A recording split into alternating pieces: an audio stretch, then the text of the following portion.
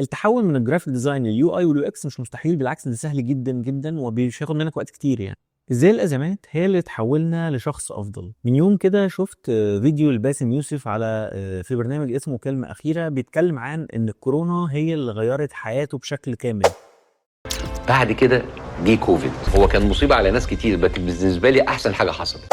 وكانت سبب ان هو يبدا شغله في امريكا، صح؟ بعد معاناه كذا سنه كان بيحاول كتير في امريكا وما كانتش الدنيا ظابطه يعني، وكان طريق جديد ما كانش هو متخيل ان الكورونا هي اللي هتبقى سبب. وده فكرني بسنه 2020 لما حصلت لي كارثه في شغلي خلتني اتحول من جرافيك ديزاينر ليو اي يو اكس ديزاينر. واحنا عندنا الازمه دي النهارده، يا ترى هنقدر نستغلها ولا لا؟ في الفيديو دوت هحكي لكم عن الازمه اللي حصلت لي، وهحكي لكم عن الازمه اللي احنا كل الناس بتمر بيها دلوقتي، والعالم كله داخل على مستقبل جديد خالص في الشغل، زي بالظبط اللي حصل ساعه كورونا والعالم كله اتغير الدنيا بتاعته واتغير مستقبل الشغل بتاعه. هو ده اللي احنا هيحصل دلوقتي عندنا، وانت لازم تشتغل وتركز. ازمه زي اللي احنا فيها دلوقتي او زي اللي كانت في الكورونا هي ان شاء الله هتبقى سبب من الاسباب اللي هتحول شغلك خالص، هتخليك افضل بكتير. بس قبل ما نتكلم في كل دوت ما تنساش تعمل لايك للفيديو وسبسكرايب، ولو عجبك الفيديوهات والمحتوى اللي انا بنزله ممكن تفعل الجرس عشان يظهر لك كل جديد. يلا بينا نبدا. اهلا بيكم. بدايه القصه، خلونا نرجع بالزمن لقبل 2020. انا كنت جرافيك ديزاينر وشغال حلو جدا، مبسوط بشغلي بصراحه، بعمل لوجوز، بعمل ايفنتس، بعمل حاجات كتير جدا، بعمل فيجوال كامبينز لاي حاجه، وكنت كمان بعمل مطبوعات لشركات كبيره جدا. وصلت ان في اخر فتره قبل 2020 انا كنت بطبع هنا في اسكندريه في المنشيه، شغل بيروح لقطر، بيروح لقطر موتور شو، بيروح لمرسيدس، بيروح لكاديلاك، بيروح لحتت كبيره جدا، بيروح للبنك كيو ان بي في قطر.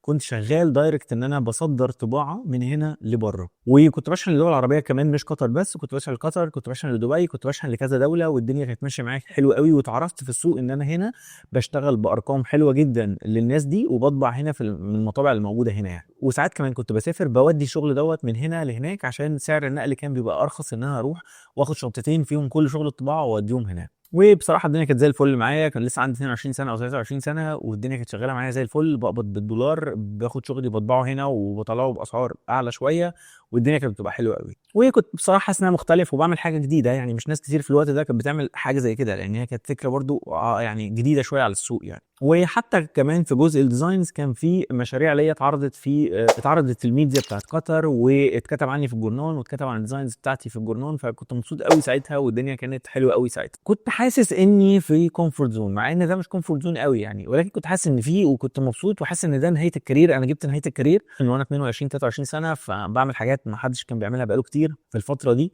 وفعلا كنت مبسوط. كنت لما بدخل المطابع كانت بتتبسط مني لاني بريحهم في الفلوس، والدنيا كانت بتبقى تمام، اللي هو الراجل ده اللي بيسافر فبيظبطوا له الدنيا خالص يعني. وكنت بصراحه بدخل دخل كويس قوي بالنسبه لسني الصغير دوت، وكنت مش تبع شركه، كنت شغال فريلانسر، فكنت براحتي خالص وبعمل اللي انا عايزه، وكانت الحياه لطيفه جدا لحد ما جه مارس 2020.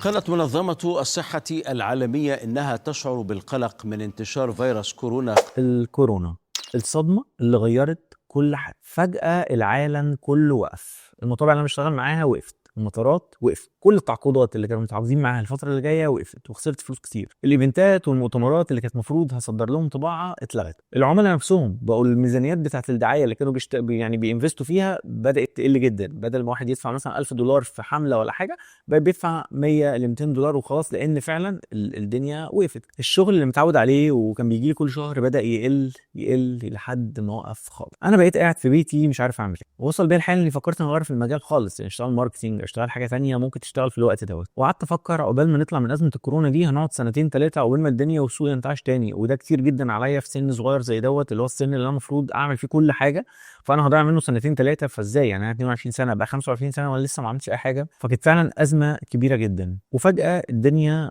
ضلمت خالص في عينيا، حسيت بخوف واحباط كبير جدا. هل المهارات بتاعتي والشغل اللي انا بعمله هل ده ما بقاش مطلوب؟ مش هيعوزوا تاني الناس بتعمل ديزاينز؟ الطباعه خلاص وقفت، كل حاجه وقفت. فقعدت كده مع نفسي وقلت العالم محتاج ايه دلوقتي؟ ايه اللي العالم رايح له؟ فلقيت ان بكل بساطه، واي حد كان ممكن تساله في الوقت دوت هيقول لك الديجيتال. الاجابه كانت واضحه جدا قدامي، ابلكيشنز ولابتوب، ناس قاعده على تيك توك طول اليوم.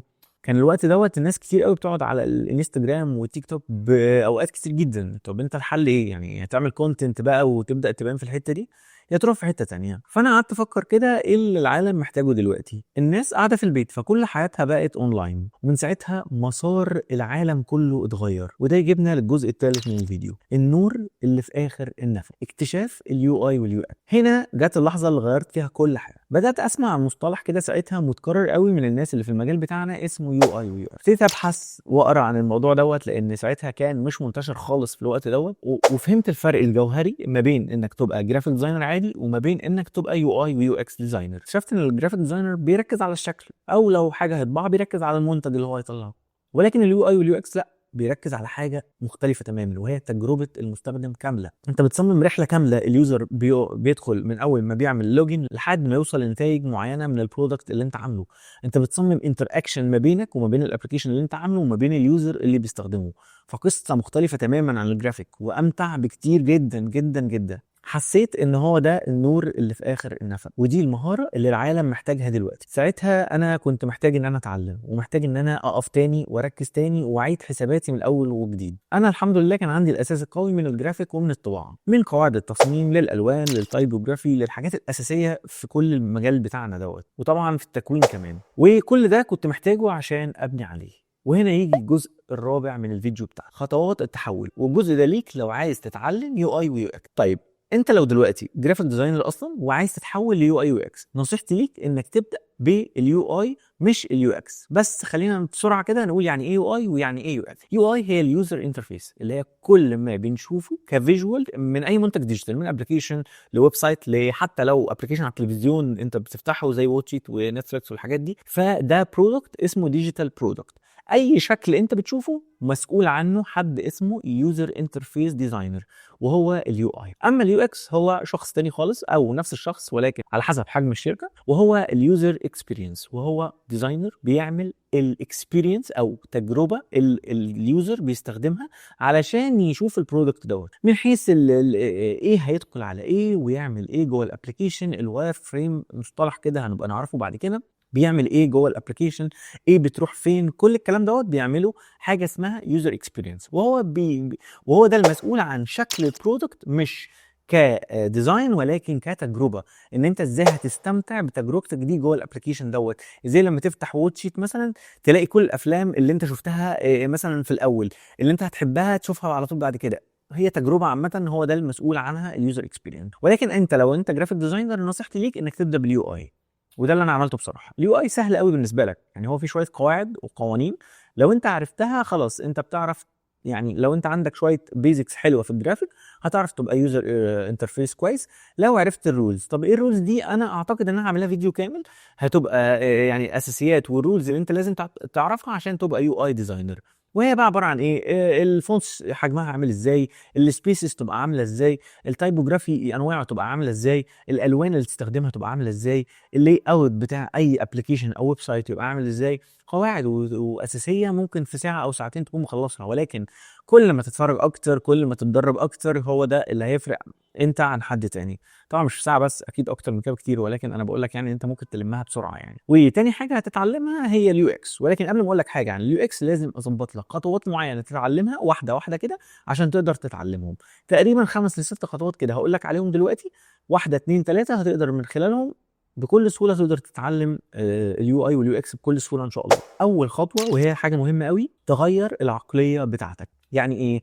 مايند سيت شيفت. انت جرافيك ديزاينر خلاص، لازم تفهم انك ما بقتش جرافيك ديزاينر، انت ما بقتش مهتم بالشكل. الشكل ده ما بقاش مهم قوي قد ما انت مهتم بتجربه المستخدم كلها، من شكل وكمان يوزابيليتي او استخدام. فانت ما بقتش دلوقتي فنان، انت بقيت بروبلم سولفر، يعني انت بقيت حلال للمشكلات. اي برودكت بيتعمل في الدنيا بيبقى فيه مشكلات، انت مسؤول عن حل المشكله دي. فشغلك مش بينتهي عن تصميم لطيف قوي، ولكن صعب في ان انت تستخدمه، او صعب ان حد تاني يستخدمه، مش انت بس.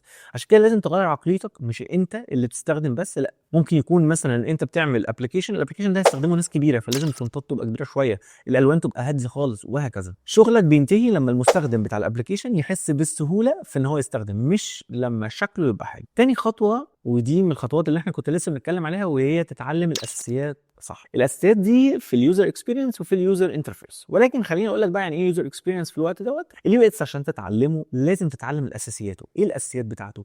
اولا انت لازم، وده نصيحتي ليك، تاخد كورس فيه. ليه؟ لان هو مش عشوائي. اليو اكس غير اليو اي. اليو اي هتعرف تتعلمه بسهوله، اليو اكس لا.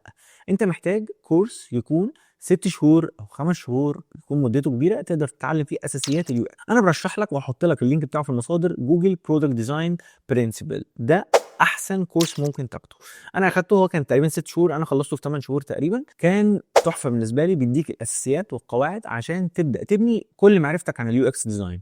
هو طويل شويه، احنا كمصريين هنحس ان هو ممل شويه عشان هو بيتكلم كشركات كبيره والكلام ده، ولكن انا متاكد انت هتستمتع بيه، واول ما تخلصه هتفهم حاجات كتير قوي ما كنتش عارفها. في مصطلحات كتير في اليو اكس ممكن تسيرش عنها، زي اليوزابيلتي، زي الواير فريمينج، زي مثلا يوزر تيستنج، زي يوزر ريسيرش. كل ده الحاجات دي ممكن تعمل سيرش عليها وتقرا عنها شويه، او شات جي بي تي ممكن يعلمك شويه عنهم. بس انا نصيحتي انك تاخد كورس، وفي يوديمي، في كورسيرا، في حاجات كتير جدا ممكن تعلمك عن اليو اكس. طيب الخطوه الثالثه، لازم تتقن الادوات. وهنا انا مش بقول لك اتعلم بقى برامج كتير، سيبك من كل البرامج اللي انت اتعلمتها، اذا كان فوتوشوب او الستريتور، او لو لسه بتبدا حتى خش على طول على فيجما. فيجما هو الملك بتاع اليو اي واليو اكس. اللي كان بيستخدم في ادوبي اكس دي او برنامج تاني اسمه سكتش، خلاص يعني سابوه، ما بقاش احسن حاجه. فيجما هو الملك دلوقتي، هو اللي بقى فيه اي اي تولز، هو اللي بقى الانفستمنت بتاعته كمان عاليه جدا دلوقتي، بقت ناس كتير قوي بتنفست فيه. انا فاكر اول ما نزل في البورصه من قريب قوي، من اسبوعين، كان السهم بتاعه $100، بعد كده قل بقى ب50. تعالوا شوف دلوقتي بقى بكام. نط عاليه جدا بسبب الانفستمنت اللي حاصله في فيجما والتغييرات الكبيره قوي اللي الابلكيشن ده بيعملها. الابلكيشن ده معجزه بالنسبه للفوتوشوب والستريتور، ولو انت عارف فوتوشوب والستريتور اعتقد مش هياخد معاك وقت كتير. يعني انا اتعلمته لوحدي بصراحه، ما كانش في اصلا حد يعرف فيجما كتير. يعني انا فتحت البرنامج اللطيف، وكان في ساعتها تقريبا برنامج اسمه انفيجن، ولكن ما استمرش، الشركه قفلت. ولكن فيجما كان هو الملك بصراحه، وكان سهل قوي، ويب بيزد وببلاش، والدنيا كان يعني حتى دلوقتي لذيذه جدا. فانا برضه هسيب لك اللينك بتاعه تحت، ممكن تنزله بكل سهوله. يعني الخطوه الرابعه وانت بتتعلم، اتعلم الاي اي وازاي هيساعدك في اليو اي واليو اكس ديزاين. الاي اي هو الذكاء الاصطناعي طبعا، ازاي هتدخل الاي اي في الابلكيشنز والسوفت وير، الحاجات اللي انت هتعملها. دي خطوه مهمه جدا، واول حاجه هتتعلمها فيجما ميك. فيجما منزله حاجه اسمها فيجما ميك. فيجما ميك ده تحفه، مذهل، بتقعد تكتب له اللي انت عايز ايه يجيب لك ديزاين. الديزاين دوت ممكن تاخده جوه فيجما وتقعد تظبطه، فهو فعلا حاجه جامده جدا. في حاجه تانية برضو اسمها جوجل ستيتش، اعتقد ده برضو في خلال سنه بالكتير هيبقى طفره، بس هو لسه بيجربوا فيه، والاكسبيرمنت فيه لسه كتير، ولكن هو برضو بتقدر تاخد الفايل وتنزله على فيجما وتظبط فيه، تحفه برضه. وطبعا في بقى الاي اي تولز العاديه، فانت يعني ممكن تستخدم مثلا تجنريت من ميد جيرني او من اوبن اي اي وتحطهم على فيجما وتقعد تلعب في الجريدينت. بص المجال ده جميل جدا وواسع قوي، هتقدر تعمل فيه حاجات تحفه. الخطوه الخامسه دي اختياري، بس بصراحه انا عملتها، وهي انك تتعلم الانتر اكشن ديزاين. يعني ايه الانتر اكشن ديزاين؟ الانتر اكشن ديزاين يعني ازاي تخلي الشكل بتاع الابلكيشن بتاعك انتر اكتيف، انك تزود له مثلا حركه معينه. مثلا ايه؟ مثلا انت هتعمل لوجين ولكن هتعمل قبلها لاندنج بيج. اللاندنج بيج او اللي اسمها سبلاش سكرين، يعني اللي في الاول. السبلاش دي بقى ممكن تخلي واحد بيتحرك. طب ازاي هتحركه؟ افتر افكت. طب افتر افكت ده تقيل قوي، ممكن افتر افكت، ولكن في حاجه اسمها جيتر. الجيتر ده بيحرك اسهل بكتير، وبيطلع برضو فايلات اسمها لوتي فايل تقدر في قصه كده كبيره في الانتر اكشن، لازم تبدا تسيرش عنها وتعرف عنها اكتر. ايه تاني ممكن تتعلمه برضو؟ ممكن تتعلم حاجات شبه فيجما ميج، زي جوجل كانفاس. جوجل كانفاس ده بيطلع سوفت ويرز جاهزه على طول بالاي اي تول، فانت برضو تبدا تشوف الحاجات يعني ازاي هو هيطلعها لك. ده هيساعدك في اليو اكس ولكن باستخدام الاي اي. فانت عندك وممكن يعمل انتر اكشن، زي مثلا الماوس يجي عند حاجات مثلا فتبدا تتحرك من حواليها، او الماوس لو دوست تكه مثلا حاجات تنزل، حاجات كده اسمها انتر اكشن ديزاين. ممكن تتعمل بجوجل كانفاس، ممكن تتعمل بفيجما ميك، وممكن بجيتر انت تعملها بايدك. فكل ده هيساعدك كتير جدا انك تبقى مختلف عن الناس اللي موجوده في السوق. اخر خطوه وهي الخطوه السادسه، ودي في كل حاجه بقول يلا نتعلم حاجه، لازم دي اهم خطوه بالنسبه لي، وهي بناء البورتفوليو بتاعك. محدش هيشغلك بالكورسات اللي انت اخدتها وكل الحاجات اللي انت او كل الخطوات اللي انت عملتها في الاول. هيشغلوك لما يلاقوا البورتفوليو بتاعك قوي. اعمل مشاريع شخصيه، شوف اوريدي ابلكيشن زي ابلكيشنز الموجوده، وابدا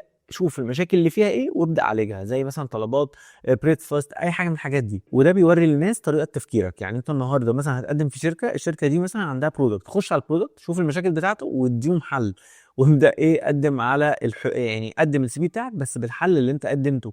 كل ده بيساعد ان انت تبقى ليك فرصه اكتر في انك تشتغل كيو اي ويو اكس. اعمل مشروعين او 3 وحطهم على بيهانس وشوف الناس بتعرض شغلهم ازاي، حاول اعمل زيهم. الخطوه السابعه ودي زياده كده من عندي، انك تنزل وتشوف الناس بنفسك. يعني ايه؟ افتح لينكد ان، شوف ناس قديمه في اليو اي واليو اكس وابدا اسالها لو عندك اي مشكله. ابعت للناس اللي بتعمل فيديوهات ممكن يساعدوك ويبقوا منتور ليك، وادخل على جروبات الفيسبوك اللي فيهم برضو ناس بتتكلم عن اليو اي واليو اكس وابدا اسالهم لو عندك اي مشكله. قدم على شغلانات جونيور وشغلانات انترن مثلا في اي شركات. ابعت الشركات اللي انت عايز تانترن حتى لو ببلاش لفتره لحد ما تظبط. انا قعدت كتير عقبال ما اشتغلت في شركه كويسه، وصدقني بمجرد ما تلقط في اي شغلانه او تاخد اي بروجكت حلو، صدقني التحول ده هيحصل وهيبقى احسن تحول حصل لك في حياتك. نهايه الموضوع، التحول من الجرافيك ديزاين لليو اي واليو اكس مش مستحيل، بالعكس ده سهل جدا جدا وبياخد منك وقت كتير. يعني هو بس مش مجرد مسمى وظيفي اختلف، لا انت فعلا في حاجات محتاج تتعلمها وتذاكرها عشان تبقى فعلا يو اي ويو اكس ديزاين، وصدقني هتفرق في المستقبل المهني بتاعك وكمان المستقبل المادي بتاعك. النهارده احنا بنواجه ازمه الاي اي، والاي اي دوت لو ما دخلش في شغلك اذا كان جرافيك ديزاينر او حتى يو اي ويو اكس ديزاينر، فانا اعتقد ان الكارير بتاعك في خطر حقيقي. القصه اللي انا حكيتها دلوقتي دي مش استثنائيه، ناس كتير قوي عملت كده، وناس كتير هتبدا تطلع من الازمه اللي احنا فيها بتاعت الاي اي ودخوله وسط الكارير بتاعنا، وفعلا هتبقى احسن واحسن بكتير. اعتبر ان دي فرصه ليك انك تتحسن اكتر وتبقى في حته تانية ان شاء الله. وافتكر ان المستقبل مش اللي بيستنى الفرصه، لا المستقبل هو اللي بيصنعها، وانت تقدر تصنع الفرصه دي بنفسك. لو الفيديو ده فعلا فادك او عندك اي استفسار او اي حاجه ممكن تكتب لي في الكومنت تحت وهرد ان شاء الله على اي حد. وما تنساش تعمل لايك وسبسكرايب للفيديو، ولو عجبك المحتوى اللي انا بقوله ممكن تفعل زر الجرس عشان يوصلك اي فيديو جديد بعمله. وبس كده، اشوفكم الفيديو الجاي، سلام.